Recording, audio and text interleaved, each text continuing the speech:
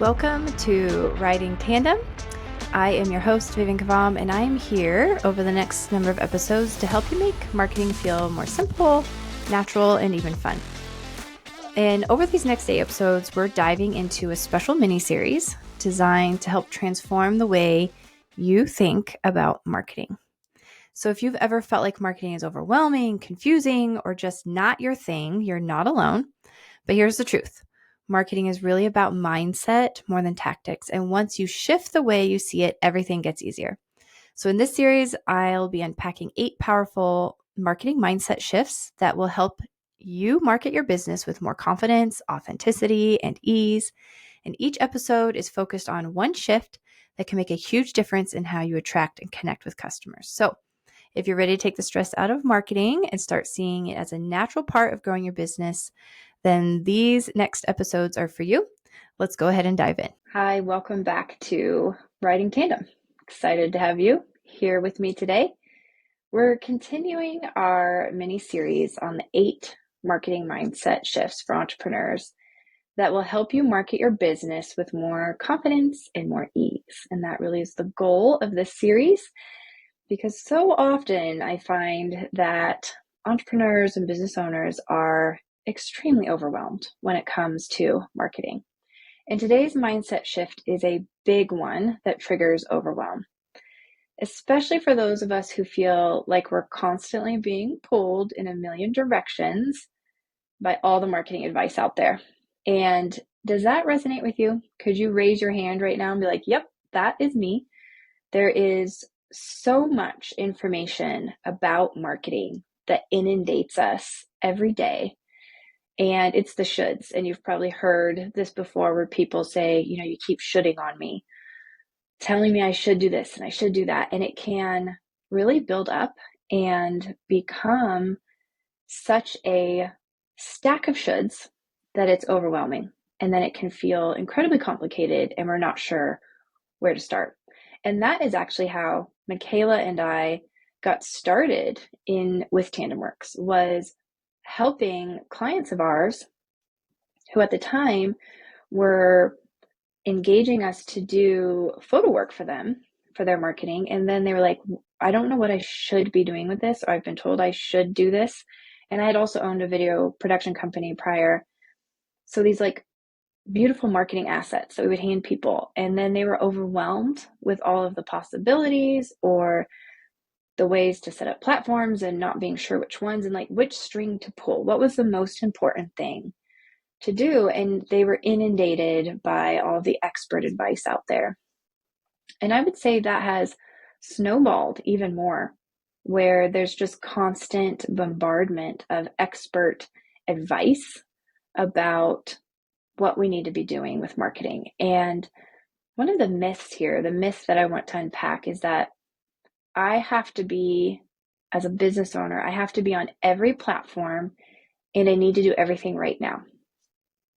And we hear this all the time, where people say do I need to be on Instagram and TikTok and LinkedIn and YouTube and email and blogging and networking and podcasting, or else I'm missing out and my business won't thrive if I'm not doing all of those platforms and all of that content. And there's more, right? There's more than I even mentioned in that list. Or I'm going to be missing out. My business could be missing out.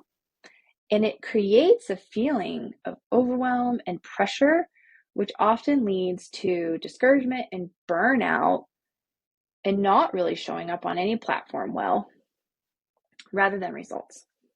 And the truth is, this is the piece that I want to hone in on today, is that we need to, instead of being overwhelmed, focus instead on what is doable and don't chase the shoulds. The reality is you don't have to do everything. And in fact, trying to do everything can hurt your business more than help it. And I'm sure you've experienced this, and we've experienced this within our own businesses. So video production company, our photography businesses, even within TandemWorks itself. And really the key that we've unpacked is that it's to focus on what actually works for you, your strengths, your business, and your audience. And that is not going to be the same as every other business out there, even businesses that maybe are offering something similar to yours. So here's the thing that I'm hoping, the value you can take along as you're following along with this series. My call to action to you as you're following along with this series is that throughout the series, I'm giving you permission to simplify and do marketing in a way that feels natural and sustainable for you and your business and the size of your team, whether that's a team of one or a team of many. And that really is the goal of this mini series. Walking along with you is giving you that permission to breathe a little more, simplify, and do things that feel even fun, right? Making marketing fun. Now, I think I mentioned this in one of the other episodes about this series, is that simple doesn't necessarily mean easy. Simple just means simple. We don't have to overcomplicate things, but it doesn't always mean that it's like incredibly easy. So I just want to be sure that we're level setting on that. But simple does feel better than complicated, I promise that. So a little bit of a personal story, right? Because marketing is all about storytelling.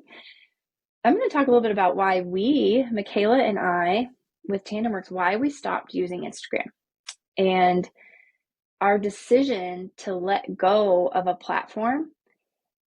And I think this is really can resonate for people because we help organizations figure out how to communicate their stories in such a way that it causes action and connection with the audiences that they want to connect with. So they take action to do what it is that your business wants them to do, or your organization wants them to do. And in doing that, we often talk about different platforms that are out there and different ways of communicating that story, the tools, if you will. And Instagram is certainly one of those. And it's certainly one that we do bring up for some of our clients. So I think this is a great example because though we do help people figure out things like maybe they need to be on Instagram, we realized that we at this point do not need to be there. We were holding on to a should that did not apply to us.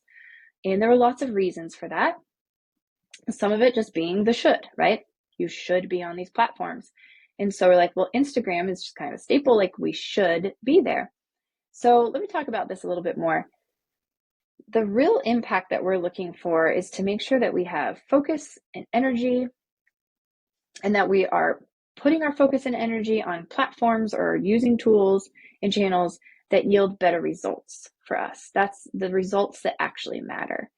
And really that it's about the depth that we can go into and not necessarily the width, the spread.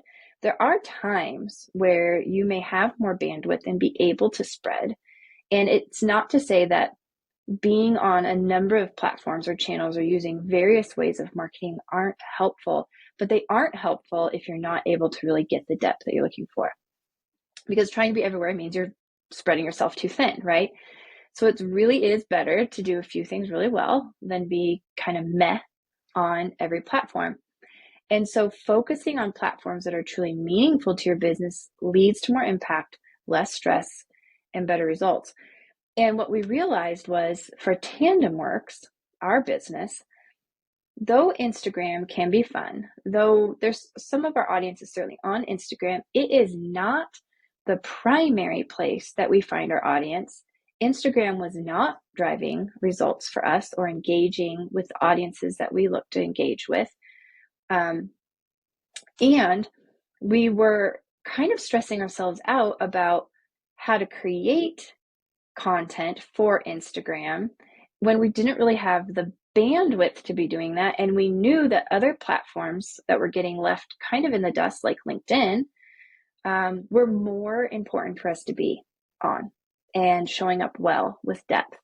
And so we actually realized this because we keep a scorecard for our business. And one of the things that we do is we evaluate quarterly on our scorecard, which would be like our KPIs. We evaluate, are we still tracking things that are important and matter? We're going to talk about that in one of our other Mindset Shift episodes, tracking metrics that actually matter. But as we were looking at and evaluating that together as a team over many months, one of the things we tracked was posts on Instagram and engagement, things like that. And we've realized that we haven't had the highest engagement on Instagram. And we actually don't spend a lot of time creating Instagram specific content because there are differences between platforms. And we were realizing that though we kept pushing ourselves to do that and it was on our scorecard, we weren't really doing it. And one of the things we've realized is that if you don't like something like at all, or you're not seeing results from it, you're not likely to sustain it just because for very long. And we were hitting that point. And as we were looking at our numbers there, and we were discussing like, right? Would it benefit us to put more effort and action into Instagram and really work on boosting those numbers? We were like, okay, let's stop for a minute and think about this. Is Instagram somewhere that we feel really good about showing up on? And does it drive the results? And is our audience there? And do we have the bandwidth for it? And what we realized is no, and no. It's not to say that Instagram isn't a great place to be, but we have higher priorities with some of our other things, like our email marketing, like our podcast, showing up more intentionally on LinkedIn, where there's a real direct tie to our ideal clients and partners that we want to be and are connecting with. And we were sacrificing that for just showing up because we, air quote here, should on Instagram. And so we decided to let it go. So if you actually go and look at our Instagram, we're no longer posting to Instagram. Our Instagram account is still open. We may post there on occasion just to keep it a little bit relevant. There are reasons to do things like that, to perhaps keep a channel open and relevant, because we may wish to revisit it and amp it up in the future. But we realize that our priority is to grow our business, not to feel good about being on every platform out of this feeling of obligation. And so one of the things that I think is important to think about with this is we're not just letting it go. We're not letting Instagram go as Tandem works because we just are going to sit back, right, and like relax now. We're going to take the effort that we had been putting there, because there was time effort put into that, planning effort put into it, but not at 100%, but there still was a percentage of time and effort put in. And we have budget that we were putting into it as well, because one of our team that we hire, they were creating content. And so we were thinking about billable hours with them. Like, is there really a reward for this? And so we decided we wanted to allocate those into different platforms instead. So the application for you, I want you to be thinking about and reflecting on your own marketing efforts. Where are you showing up just because you feel like you should, or you've been told that you have to, or your business is going to make it? And I'll tell you right now, deciding not to post on Instagram has not killed our business in any way. It's actually freed us up to be on the platforms or creating content in ways that are more meaningful right now. So there's a 3-step approach to marketing that is foundational to evaluating your marketing plan. It's a very simple marketing plan, and it will help you as you think about what platforms make sense or expert advice you might be getting out there about doing marketing. So we're going to level set on this, and then we're going to unpack a little more. It's a 3-part marketing funnel, which is attract, engage, and connect. And those at the end of the day are really the activities that need to be happening in order to be successful at marketing. Marketing does not have to be overcomplicated. You really only need to focus on those 3 things in your marketing: attract, engage, and connect. So kind of visualize those as a sales funnel. Attracts at the top, engage is in the middle, and connect is towards the bottom. And we're going to break down each of these phases, right? So attract is how people discover you. So examples of what that could look like, not should, right, would be things like SEO, social media, networking, referrals, collaborations. And the thing that you need to be asking is, what's working best for you right now to bring in new leads? List out the top 1 to maybe 3 things that are working best for you right now to bring in new leads, and eliminate the rest, right? Focus in on those things. Okay, so then the next part of the funnel is engage. How you nurture those relationships. These might be things for you like an email newsletter, a podcast, live videos, community building. There's a whole list of things that could be in that engage bucket for you. But the question to be asking yourself is, where do you feel the most comfortable engaging with your audience, and where do you see the most valuable engagement happening? And even asking, like, what do you have the most fun, right, doing as well? Okay, so then the bottom part of the funnel is connect. How you turn interest into customers. So that is the most important thing, customers or clients. So this might be, your calls or your direct messages or website conversions, testimonials, offers, things like that might fall into the connect category. So the question to be asking yourself here is, what's currently driving the most sales in your business? So what we realized was we were spreading ourselves a little thin across a number of platforms. When we looked at our scorecard, we could see that. We could see it very easily where we were spending our time. It's one of the things I love about scorecards, which is another whole topic, and something that I do offer in one-to-one mentoring sessions if you want to go over what a scorecard looks like, because it can really help you with decisions like these. But another topic. Asking the question, what's currently driving the most sales for your business? Or the most leads, right? Maybe that's more where you're at. And do you really have the time and ability to focus in on that at 100%? And if other things are taking you away from that, then it's worth considering, should I put a pin in that or put a pause or maybe eliminate it and let it go, like we did with our Instagram. Instagram was not fulfilling these things. When I answered the questions, or we answered the questions about this, what's working best for you right now to bring in new leads? Instagram does not bring us any leads, no leads at all. Where do you feel most comfortable engaging with your audience? That part. Instagram was not our second nature way for us to engage with our audience. We have other things like the podcast and our email that really feel the best for engaging with our audience right now. Instagram was not that. And then we looked at our third question here, what's currently driving the most sales in your business? And Instagram was not doing that at all. Now, again, there may be reasons to keep platforms where they don't answer all three of those questions in the positive or affirmative. So there's lots of nuance to this, but I'm trying to give you an idea and a framework to help you decide what makes sense for you. So really the lesson here is you don't need 10 strategies and 82 platforms. You just need to focus on the 3 steps, which is, what can I be doing to attract, engage, and connect? And you can look easily at your metrics and see what of your marketing tactics that you're using are doing those.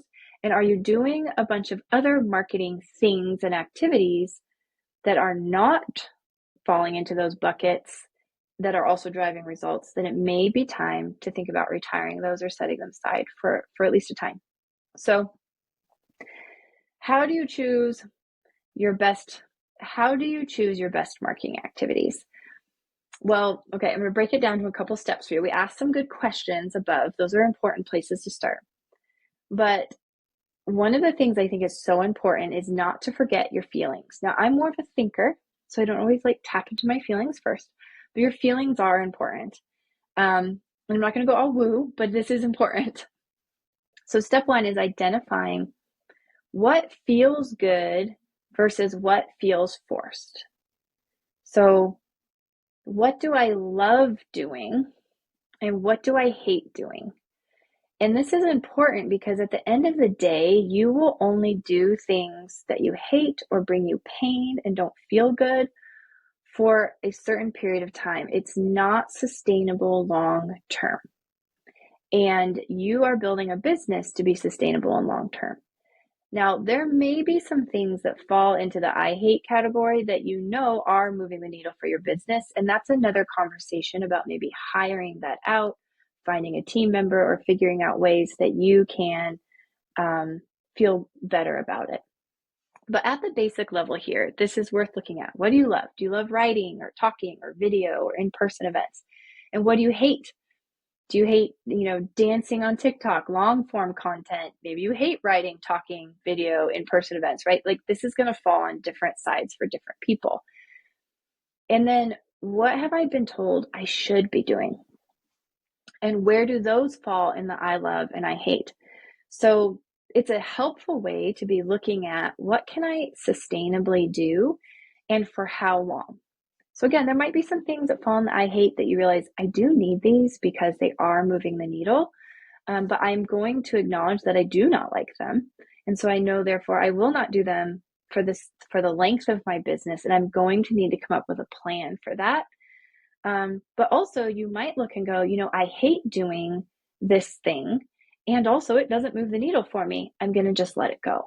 And that is a really important insight to have about your business. Okay, so step 2 is aligning your marketing with your goals and your resources. So you need to be asking, this is the question, what are my business goals right now? And keep in mind, like, your business goals are going to change. So you need to be asking this question often. What are my business goals right now? Is it brand awareness? Is it leads? Is it conversions? Where am I at in my business and my goals? And then you want to think about, what resources do I have? Do I have time? Do I have money? Do I have team? Do I have expertise? What are the resources I have readily available at my fingertips right now today? And then thinking again about that question of what's actually working, and then double down on what's getting results. And take those resources that you have and channel them into that. And if anything is draining your resources and not aligned with what your goal is right now, then you need to set it aside, right? Just let it go and let it sit on the side. Okay, so then step 3, the let go, right? Let go of what's not serving you and your business. So an idea with this, I would suggest a partner exercise. So maybe discussing with a business partner or a mentor or somebody that you trust within the space who works within your business. How can I use the activities I love to align with my business goals and my resources? Maybe there's something I'm not thinking of here too, right? Maybe there is a marketing activity that I'm not doing that does tap into things that I love that I just haven't thought about doing before. And then what do I need to let go of that's draining me or not moving the needle, and therefore it's draining my business as well? And so this is a really great exercise to do with someone else, where they can ask challenging questions, help you reflect, so that you're not just giving yourself a cop out, right? That's important. And I'm gonna recommend again that you find like that business partner, the mentor. And that is also something that we can help you with. So it's a great opportunity. This is one of the topics that we talk about with businesses and organizational leaders through our one-to-one mentoring as well. And you can always book one of those. It's an easy flat fee, $300, and it's 90 minutes where, we can be that person to help you with letting go of what's not serving you and walk you through these 3 steps together. Having somebody by your side is really helpful. And again, it might just be somebody within your community and friend mentor group that can do that as well. Okay, so I want to recap this a little bit. This is mindset shift for marketing. Number 2, you don't have to do everything. You do not have to do everything the experts tell you. In fact, you shouldn't. I'm going to give you a should do everything that they are telling you. You're already marketing. And now it's really about making it more sustainable, enjoyable, and moving the needle, actually tying into what your goals are. So instead of feeling pressure to be everywhere, focus instead on where you actually enjoy showing up, are tied to your goals, and are getting results. That is where the sweet spot is, where you want to be. And then remember, like, the most successful marketing is the kind that you can stick with consistently. So simplify so that you can stay consistent with your marketing. All right. A final thought for you. Your best marketing tool is you. Your authentic voice, your unique way of telling stories. So the previous episode in the series, check that one out if you haven't already. And your ability to connect with your audience. That is what will grow your business, not necessarily a specific channel. And when you focus on what matters and let go of the noise, marketing becomes easier, it's more fun, and it's actually sustainable, and will start to get you the results, or continue to get you the results that your business needs. Okay. Thank you so much. I'm glad to be here with you and walking alongside you on this journey through 8 mindset shifts for marketing for entrepreneurs. If this episode resonated with you, take a moment to reflect. What's one marketing should you're ready to let go of? And what's one activity you actually enjoy that you're going to double down on? And I would love to hear from you. So please find my contact information in the show notes. Send me an email. I do actually answer the emails back. And I really would love to hear what you're unpacking to this episode, what's resonating with you. And then if you're looking for someone more formally to walk alongside you with this, available for that as well. All right, so in the next episode, we're going to be talking about mindset shifts some more. We're going to be talking about the third mindset shift, which is marketing with the story of your client's transformation, not the specs of your solution. So stay tuned for that. It'll be another great episode. Thanks again, as always, for tuning in. And if you found this episode helpful, be sure to like and share and subscribe and help me continue to keep great content like this coming your way. That goes such a long way. And I look forward to seeing you in the next episode. Hey, thanks so much for tuning into today's episode. Be sure to take a moment to like, share, comment, send a link, tag a friend. All of those things help me be able to create more content like this to help you and your business and organization grow and thrive, which is really what we're all about at TandemWorks and through this podcast, Riding Tandem. Also, if you would like to connect, be sure to look in the show notes for links to be able to do that with me directly through email or social media. I would love to hear from you. And if you would like to connect on a deeper level for some mentoring, some coaching, some one-on-one, we have a couple different opportunities to do that as well. We have a free 30-minute consultation where you're like, hey, I'm not positive, but I think there might be something you can help me with. Could we explore that first? There's an opportunity to do that. So reach out. Happy to get that link to you to book a 30-minute session one-on-one with me virtually. And then we also offer 90-minute brainstorm and problem-solving sessions to help you unpack and go deeper into any number of topics, including the one we talked about today, ChatGPT, creating strategies, KPIs, and just helping you think through and problem solve and brainstorm in areas that your business is maybe feeling a little stuck. We're really here to help you get unstuck. All right, we look forward to seeing you in the next episode.